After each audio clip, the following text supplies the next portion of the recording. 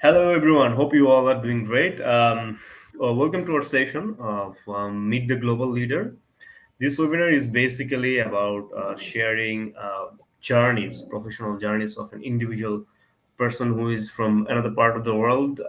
We try to share their journey, the lessons from their professional life with our audience, who are mainly university students, and it helps them to like with this information and insightful session how professionals are doing things differently, their thoughts, their learnings, some of the advice from their end, so that it helps them, get some insights. It actually create awareness among them. That how people are working and developing skills, implementing skills in their professional sector. So today we have invited Miss Justine. She is French. Justine, welcome to our session. Thank you very much. Thank you. I'm very happy And to very to be here. interesting point is good to have you here because you lived in Bangladesh, you worked here, so like our audience, they're going to get some more insightful and deep learnings from you. So, can you briefly introduce yourself? Yes, sure. Thank you very much for having me today. I'm very happy to reconnect also with Bangladesh. I'm Khub Kushi. My Bangla is very far, but I hope I'm gonna get to reconnect with it today. So to briefly introduce myself, I'm Justine Lerche. I'm coming from the north of France. And I graduated. So basically, my journey started with the reading of one of the books from Muhammad Yunus. Um, and I got very inspired. I was in high school by that point, and I got very inspired by his vision about social business and about the fact that it was possible actually to both have a sustainable business but also to have a social impact and to really focus on that. And that's how I started my journey towards social business and how it led me to Bangladesh. I went through this with a business school. I'm graduated from ESSEC Business School, which is one of the top business schools in France, and I specialized in social entrepreneurship. And after different experience in both conventional and social world that we can go in details later maybe, I ended up working in Bangladesh. I finally was able to join Bangladesh and Professor Yunus in a social business called Gramin Veolia Water, working towards providing safe drinking water in rural areas of Bangladesh. And today, after different other parts of my career, I'm back to France. I came back right before the COVID time, actually. And I'm now, I would say, a slash entrepreneur. I have very diverse activities. So I'm both. I'm at the same time I'm a chef, so I'm cooking very international inspired cuisine to make sure that we can actually travel without necessarily take a plane when we are in France and discover other cultures, other cuisines. And I'm also a teacher. I'm teaching in universities about corporate social responsibility and social innovation. I'm also translating work from artists that I'm very inspired by, and I'm trying to explore very diverse activities today that I find a lot of joy in. Great, so many things, different spices, different flavors, Exactly. and so many things to learn from you. How a person can be, at the same time a teacher, chef, consultant, and very important thing that you mentioned, that you're explorer for a sustainable future. This sustainability, how important it is, and how important it is for everyone to learn about it and to start practicing this on this from today. We are going to learn a lot in brief about that. So how was Definitely. your if I take you back to your university life, how was your Yeah. student life, and what did you do when you were a student, like part-time work or volunteering activities? If you share some, Mm. like stories from your stone life. Yes. Okay. So it's a bit far away from me now, but I hope I can remember well. Basically, I started my studying journey through a system called prep school that we had in France, where before entering business school, you have 2 years of very intensive training to pass the exams to enter the schools.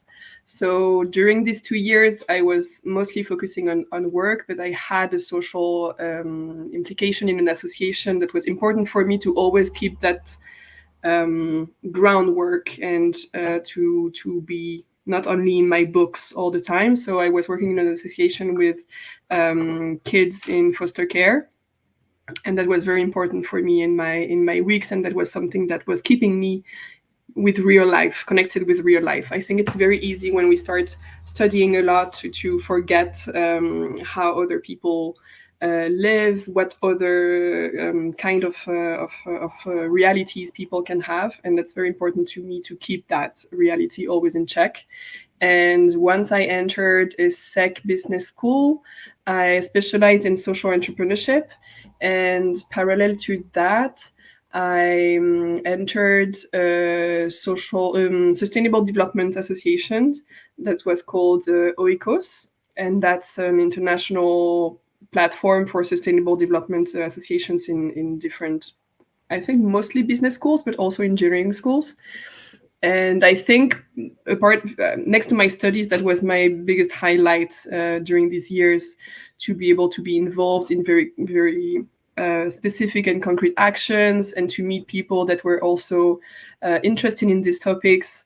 To be honest, at that time, it was not really sexy to talk about sustainable development. We were not that many people talking about this. During my prep school years, I was one of the only one talking about social entrepreneurship. I was a bit of an alien talking about this, and I'm very happy to see that now it's part of many curriculums. So I was engaged in this association where we were organizing different conferences to invite social entrepreneurs and to also raise awareness towards the students that it's an option also for you not to be necessarily an M&A professional or consultant, but you can also go towards working in an NGO, working in social enterprise, working about corporate social responsibility, and yeah. Next to that, I had also artistic activities, and I think it's very important to also keep your mind open about other like yeah, stay active in sports, arts, whatever you're passionate about is very inspiring, and that actually really nourishes you for the rest of your journey. So yeah, I think that's what I can share about my involvement during my studying years. Good. And you meant like back then when you were interested about social entrepreneurship. Yeah. And during that time, like maybe you were one of the very few people who were actually fascinated and saw the future or the benefits out of this, like idea. So can you share in brief what is social enterprise is and how it is creating impact in the community, the idea of social entrepreneurship? What is social entrepreneurship, or like the definition of social entrepreneurship? In what is social entrepreneurship and how Mm, social entrepreneur yeah. create impact in the community in a greater way? Hmm.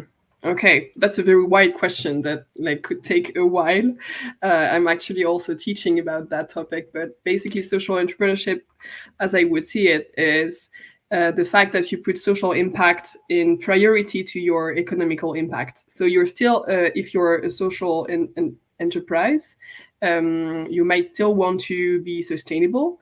In French, we have a more global word which includes also association cooperatives, which is a bit wider.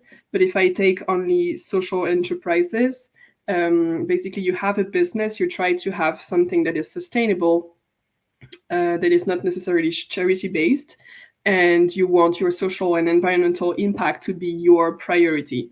So this is, yeah, you define, you have a very inspired vision, and you try to embody that and to embark everyone around you on your journey to make sure that you have this social impact, and it can be very diverse. I'm trying to find examples to give you, but for example, we were working on this Grameen Veolia water business, so basically, which is a social business, and it's a joint venture between a French company called Veolia and the Grameen healthcare services.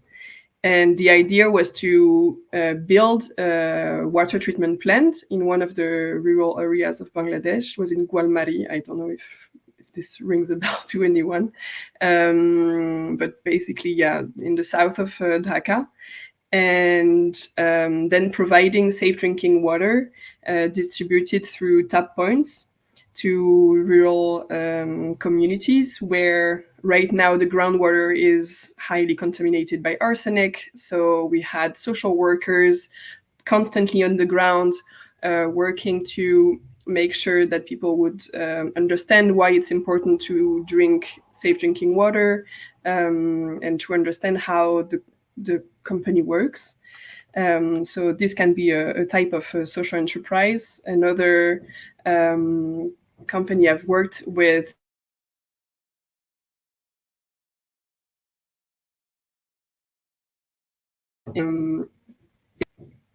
it's a company that works with mothers from migration backgrounds, which are passionate about cooking and mostly for now are stay-at-home moms.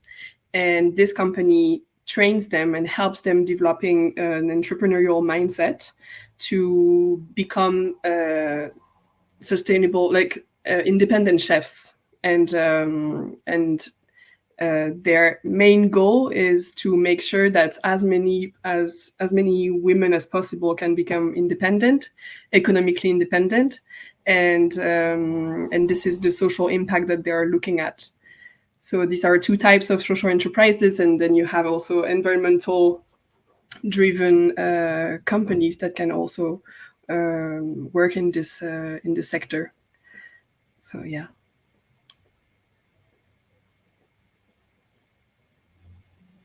Let me know if you need more details about these or more example. Yeah. So, uh, can you share your experience with Danone when you work as a marketing and communication assistant? So, as a marketing and communication assistant, what were Mm-hmm. your role? What did you do? What were the tasks you did during that time? And Mm-hmm. what were the skills you developed, by working as marketing and communication assistant? Okay, so that was one of my first professional jobs, and I had chosen to work for Danone because it was important for me going towards social business to actually have a global understanding about how a big group such as Danone works. It's a global leader in yogurt, milk-based products, and also water businesses. So it's a huge company, especially in France. And I really wanted to understand how such a big group can work. And I was working for one of their organic brands, which is called Les Deux Vaches. It's I would translate it as the two cows. And as a marketing and communication assistant, I would work with the marketing director to make sure that we make our products known and that we develop a big community around this product. And that what was very interesting is that we were an organic product and we didn't want to fight, like to consider other organic products as a competition, but to work together to make sure that the organic products are becoming bigger in the market. So we were working with the other brands to make sure that we take more space. I would say in the shelves. So concretely, it means on the communication part, it means develop content for your website, for your social networks. It can be also working with the press, so you have to write press communication so that the press can talk about what you're doing.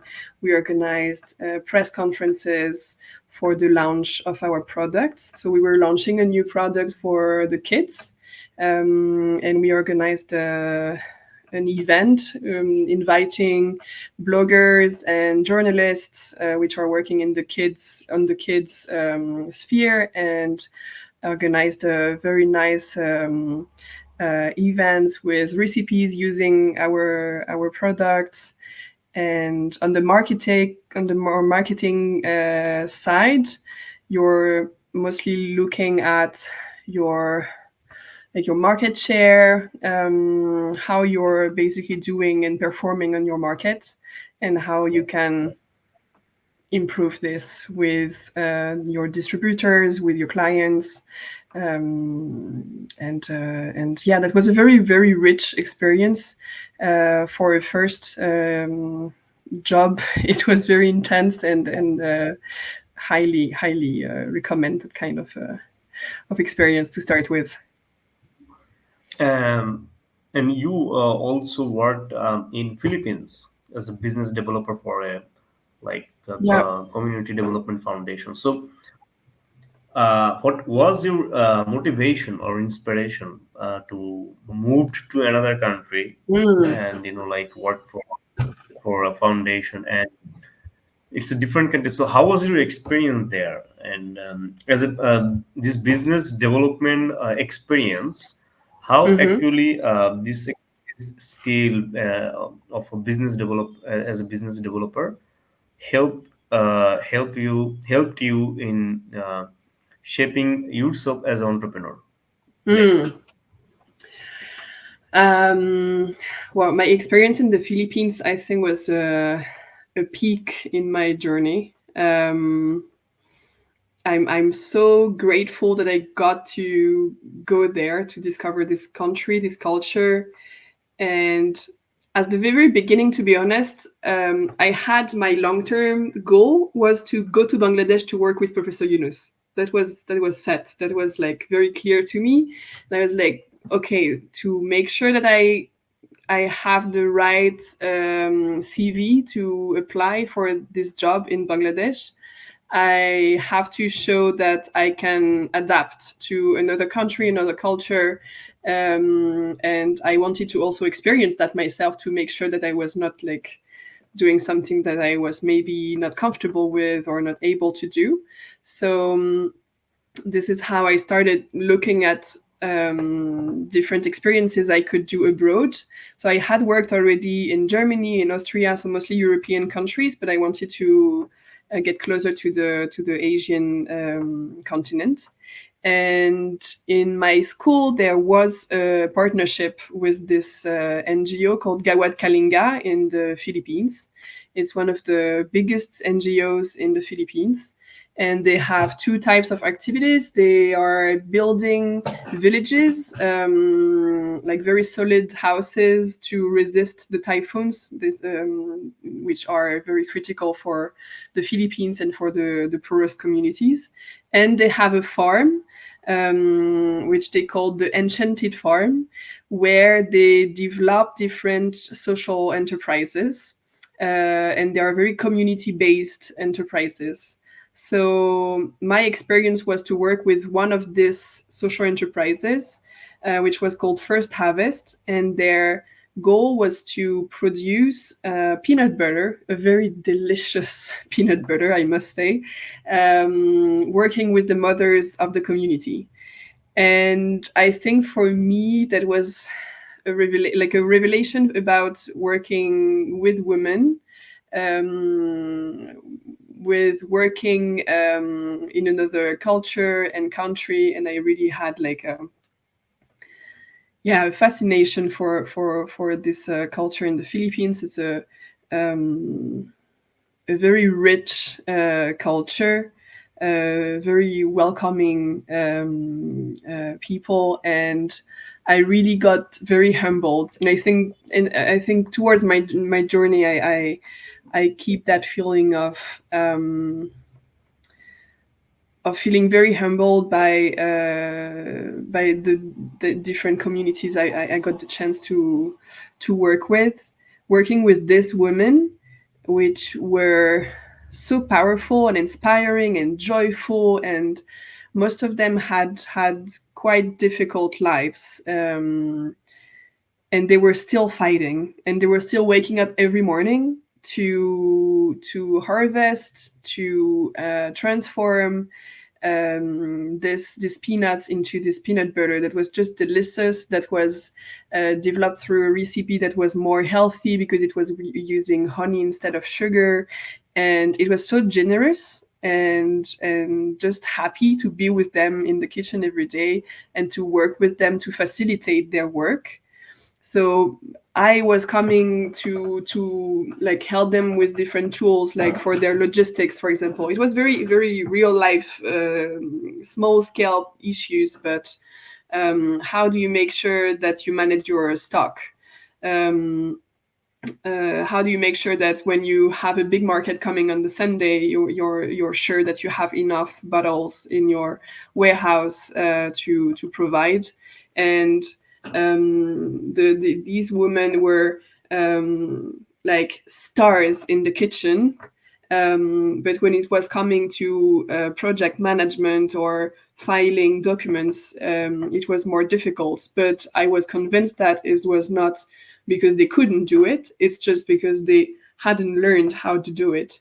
So my role was to build tools that were easy to use, for them to be autonomous on dealing with their stocks, and also making sure that their recipe is always the same, entering the hygiene norms, and yeah, and I think that's how I both it confirmed um, my passion for working with inspiring women, about cooking. Like, I'm still working in this field now, so I think it had a big impact on me, and always staying in topics which are um, on the ground. Like, I like stuff that are like real life and everyday.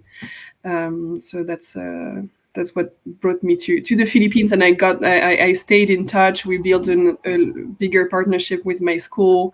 I've sent a lot of students over there also later, so I kept a lot in touch with the villages over there. Great, quite fascinating. I mean, you worked in Bangladesh as well as in India, so and Yeah. also in Philippines. So, if you briefly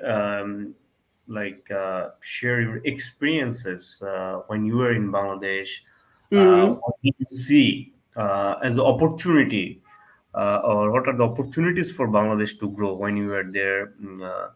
The potential among Hmm. youth,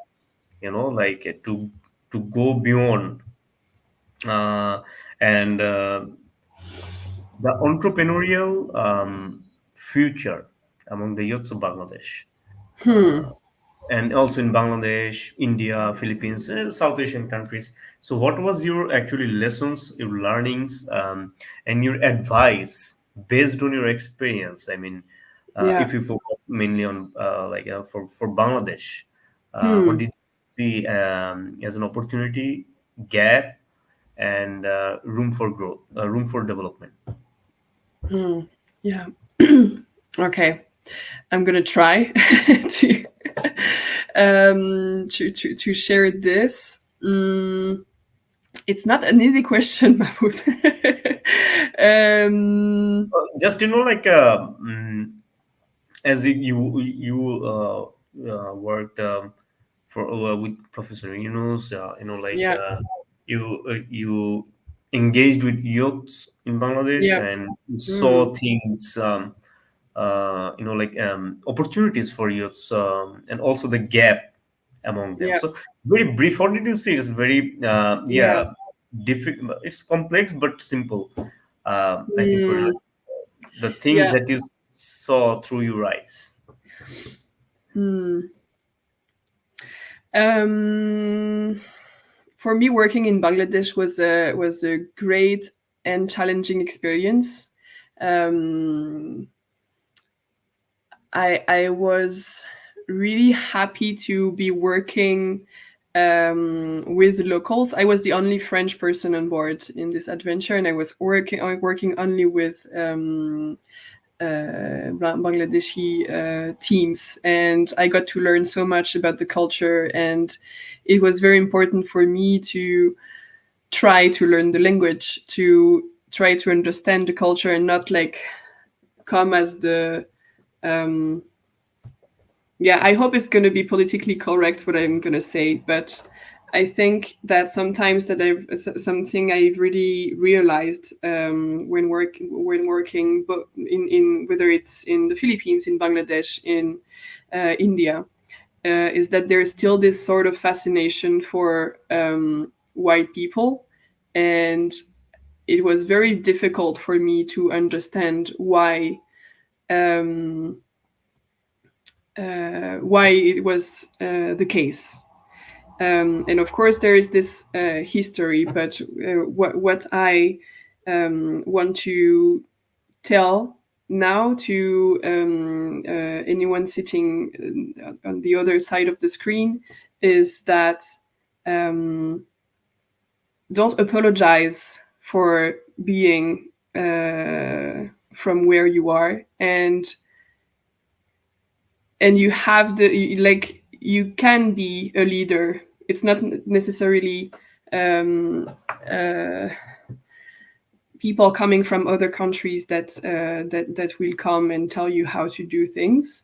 Like you have great history, you have great culture, you have great opportunities now. That's like it's coming, and take every bit of this to thrive and to show that yes, there are some gaps, but there is the will for you to thrive and to develop, and you can really be proud of your culture, of who you are, and still keep being open minded. Go discover other cultures. Whether you can't go abroad, try with different platforms that exist now to connect with people from other culture, discover how they do get inspired, but don't forget your roots. I think this is something that I found really sometimes a shame that we were only willing to do like the French would do, or to yeah, to try to adapt to that. Like for me, it was important to be the one adapting to where I was. Um, so yeah, that's a point I wanted to raise. I hope it's arriving the right way. Um, yeah, and I think I want to talk also to female potential entrepreneurs. Like you have your space. You might need to create it. It might be a bit harder, but you have the space and you need to be there. Like really, I think this is something that I I got very inspired by in my team. I was working with my colleague Rubina, um, who who was brilliant. She was a really brilliant, ambitious, smart person, empathetic at the same time. Like she had everything in her to yeah, to shine, and I was really inspired by her journey. But working in a male only team is not always easy for these profiles to thrive. So like connect with other women maybe outside of the world to get the power to take more space because you deserve it. And this is, yeah, something that I really want to underline in this journey. Great, and it's very like basic. I mean, in like South Asian countries, so you will see the things that you mentioned. I mean, um, it's common everywhere in South Asia. Yeah, The reason is that, like, I think inferiority, identity crisis, and there's something it's called, like, if like it's a funny thing like that. If you want to develop your English, you have to, like, go learn from people who speak English fluently. I mean, like Poetsky and stuff like that, from foreigners. This actually, and this is a different topic, but interesting. But the thing is, like, this is okay, but the thing that you mentioned, that we have great, like, say for example, we have great heritage, culture. It's not a good idea to forget our root, like, yeah, exactly. ourselves. So we can add on in our like a journey, but keeping the who we actually are. This is very important. So Mm-mm-mm. and also, like, there's so many opportunities are coming, and female entrepreneurs, they're growing, and uh, in Bangladesh, in Asia, globally, it's growing because, like, there should be a network, and together in Mm. collaboration, they are coming, and so many supports are there as well. So when people work as a team in a community, so they will succeed today or tomorrow. So according to you, what are the biggest challenges facing social entrepreneurs today?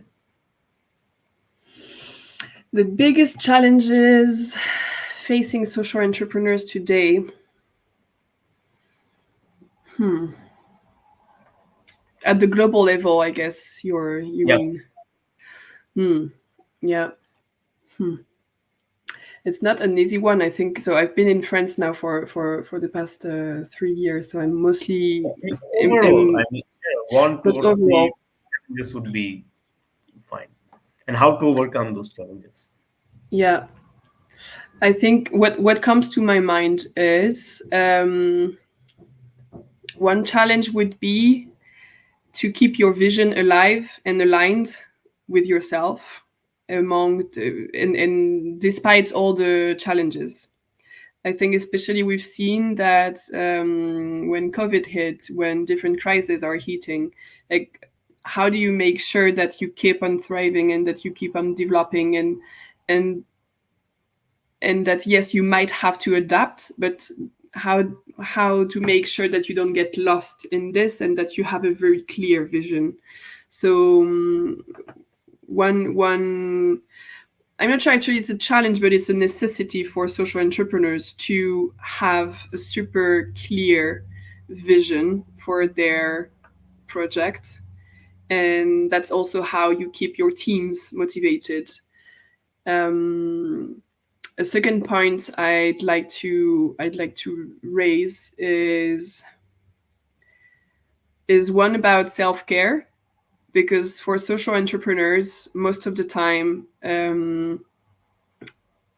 social entrepreneurs tend to be super empathetic or to have this social cause like um, anchored to them, and to sometimes forget about their themselves, and that can lead to unfortunate situation about isolation, even burnout, and that's something that is actually growing in the past years. I've seen that a lot in social entrepreneurship, to see people getting just tired over the years, and it's very difficult because there's this guilt of, as a social entrepreneur, your beneficiaries or the environment or what you're working for is the most important, and it's difficult to put yourself in front of that sometimes when you need to just rest or to refocus.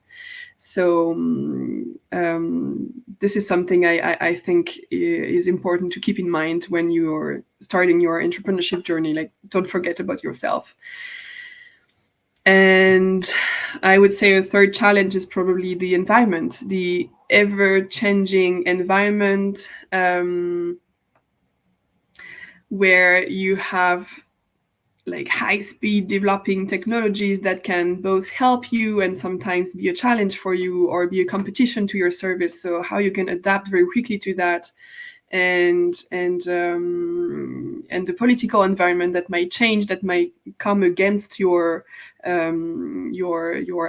Like, we see that a lot in France, where if you're a social enterprise or if you're an association or if an NGO that depends on governmental money, the way the government evolves has an impact on your business, on your everyday development. So to be able to adjust, to be able to adapt, to be able to meet the right people at the right time, is, I think, one of the main challenges that the social entrepreneurs are facing today. So they need to like help each other. So I think Definitely. this is very important what you're doing also in networking and creating platforms for them to meet. And we've actually met in through the Make Sense network, Yeah. and it's also part of these networks of social entrepreneurs getting support from Yeah. communities, and also to meet each other, to be able to support each other. So super, super important to not Yes. isolate yourself when you're a It social was like entrepreneur. an invitation for all like-minded people, like Yeah. come together and work together and find a solution, support each other. It was a great thing. You had like you were in an awakening 15 days journey to like a Jagriti Yatra or Jatra. What how it was Jagriti called? Yatra. Oh, Jagriti Yatra. So share a little bit about like your experience there, and Yeah. also the Masala Yatra. Mm-hmm. Can you share these two things? How it broadened your mindset, Mm. and what were those Yeah. experiences, and what were those about, if you share in brief? Okay. Jagriti Yatra, it's an experience that happens in India every year. I had heard about it because a friend of mine from France had done it a few years before, and actually got so inspired by it that he started to create its own experience in France. So while being in India, I was coming to the end of my journey with Veolia, and I wanted to get a new inspiration, to get a new dynamic, and to meet new people and inspiring people. And I applied for this experience. And basically, this program, I hope that it could exist in Bangladesh, because I think it could be a great, great, great experience also in Bangladesh. So basically, you put 500 youth, mostly from India. So I think around the 500, you had like 490 people from India, and then 10 people from foreign countries, in a train for 15 days consecutive. And you take them for 8,000 kilometers journey throughout India. And in every city, every day, you stop in a new city and you meet inspiring social entrepreneurs, foundations, and the idea, the vision of the Jagriti Yatra is to build tomorrow's India, and to make sure that it's coming not only from mega cities, but from everywhere in India. So the way they select the people onboarding this train is that they make sure there is a representative diversity in the train, that you have people coming from villages, rural areas, and coming from big cities such as Delhi and Mumbai. And you have people from very different social backgrounds. You had people who had never taken the train because it was too expensive. You had taken who had never taken the train because they were always taking the plane. So you had a huge diversity of youth onboarding this train and living inside this train for 15 days. So you eat in the train, you sleep in the train, you bath in the train. Like it's really your cocoon for 15 days, and this is a super intensive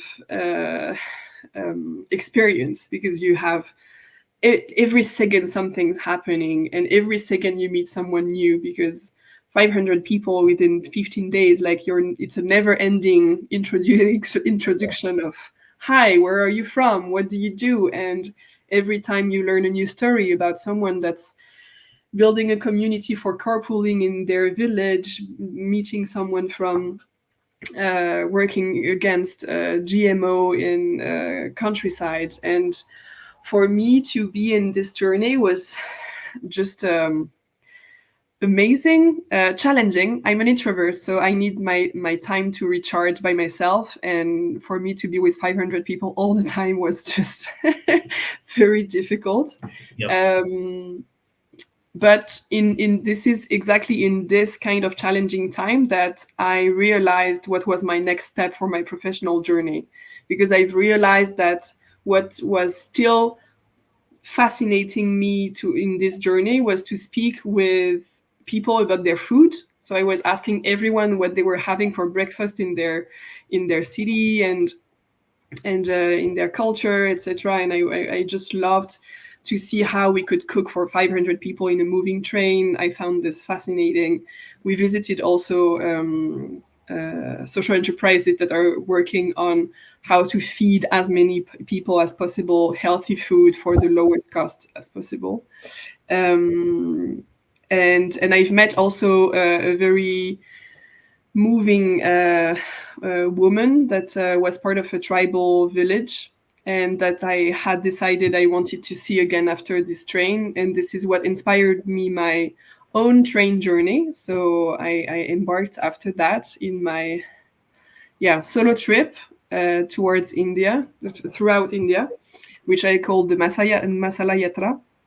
A mix of different flavors. Yeah. Yeah, so masala is the mix of spices and the mix of also meetings. And so I've asked my Jagriti Yatra friends, hi, I want to learn.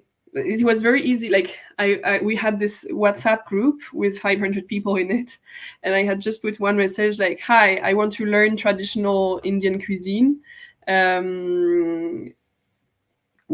Do you know anyone that would be interested in sharing their homemade like family recipes? And I've received like so many messages. Hi, you have to meet my grandmother, you have to meet my aunt, you have to meet my neighbor, come here, come here. So I had like a full India map to go through. Unfortunately, I had only 3 months, but I think I could do that my entire life, to be honest. And I was traveling only by train, mostly night trains, and by myself from cities to cities. I visited, I think, 8 different states, about 20 different families, and discovered, I forgot the number of recipes, but like a lot of recipes. I was covering my books with it, and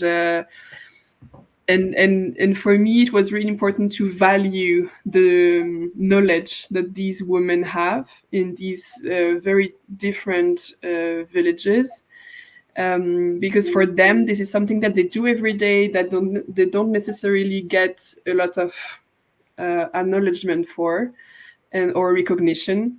And for me to come and visit and value and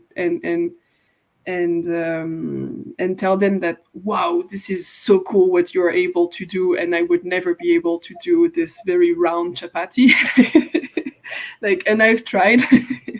um, but it was my journey, and I think this is how also I understood a lot better Indian culture and Indian like very diverse culture, because every state has its own language, its own cuisine, its own ingredients. So everything I was learning from one space was different to the other space. Um, and I think also this is one of the learnings I got is one truth at one place can be very different to another place. So if in one family someone tells you like in your chai you put the water first, and in the next family they put the milk first, and this is their own truth and this is their own reality and this is how they've been doing for generations and you won't change it. But it was interesting for me to just like reboot every time in every family, like okay, I'm going to relearn what I've learned already. And yeah, for this journey, so you see it's a very specific topic that I'm passionate about. um, and you might not all be inspired by cooking or by like meeting women, but feel like this crazy idea that you might get, because for me it was just one night like, oh, I would just love to travel and to meet as many women as possible, practice my Hindi, and it was just one message away. So if you get this crazy idea one day and you're like, no, but like who would do that, and you see already all the constraints, don't listen to these voices and just send this message, because this might be a very very rich journey that awaits you. Yeah, well, a life lesson. I mean, this is, like life. We have like so many things to explore. That's why it's the travel explore. Like it enrich our life, our knowledge, and it makes us humble. Yeah. Like so. We are almost at the end of our session, but before like uh, wrap up this session, what or can you share some of your advice Hmm. for like creating entrepreneurial spirit among women? So how uh, female can like come up more and more regarding establishing new venture and becoming an entrepreneur. Hmm. Um, okay, so global advice would be, don't be afraid to be bold in your choices. And if something is very clear in your mind, don't let others change it too quickly. Um, I really believe in this kind of pure idea when it comes, and that it has to stay this way to inspire others to embark with you on your entrepreneurial journey. So if you have something in mind that might be crazy, that might seem too big, it's okay. Like let it be, and yeah, don't be afraid to be bold and to just go and to don't listen to the excuses that you might build in your mind to not launch your idea. Um, Keep your choices wide, yes, um, because you might have like financial constraints, for example, and you might want to have a conventional job besides your entrepreneurial journey to make sure that you have revenues to start with, and that's I think it's very important to keep your choices wide to make sure that your way of living is sustainable. But don't forget about your passion. If your entrepreneurial journey is your passion, don't let the everyday life um, make you forget about it, and surround yourself with people that will remind you about it if you forget. It's always important to have someone that might come to you and be like, hey, you haven't talked to me about your project in a while. How is it going? So that you're actually setting the milestones for you to go for it. Um, and you're asking me for about like a focus on the female entrepreneurs. Um, for me, it's gonna be so. As I said, like take your space. You deserve it. You have to, like, you really have to, like, um, come. And if your support is not coming from your first close network, go to your second one and find the place and the platform where you get the support and inspiration. um, if you're sitting right now alone in Bangladesh and you have an idea, and everyone in your family is telling you this is not a good idea, write to me on LinkedIn, write to like to SED people, find other people that believe in it and that will tell you this is a kick-ass idea, like go for it. And yeah, network, find the spaces where you have other women that can help you.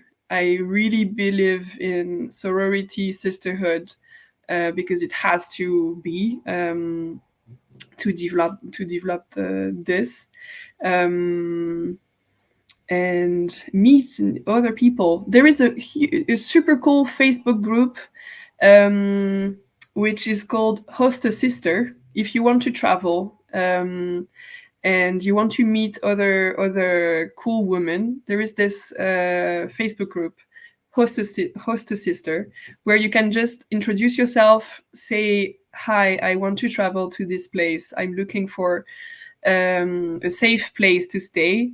And this is a place where you might meet a lot of really, really cool and inspiring other women to support you in your journey. I've done it already, and this is a very safe space um, for that. And there are other platforms that exist, like try and reach out.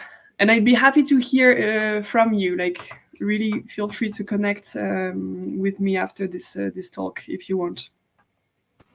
Yeah, absolutely.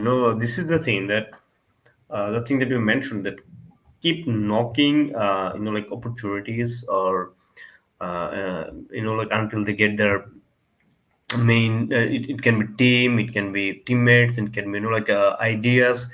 They have to keep exploring. Even with existing entrepreneur, they have to like grow their business. They have to go beyond their like boundary. So this is all about when we believe in our business or idea, like we'll find a way, or we'll Mm, create a way, to go forward. So this is very important to like know thyself, love thyself. yeah. Then things will come out. There is always a way. So, Justin, thank you so much for your like a wonderful and insightful session, and your thoughts, your journey, and like the great thing about your journey. One of the great things about your journey is like you had a plan that I want to like work for Professor Yunus, and he designed your like way towards it.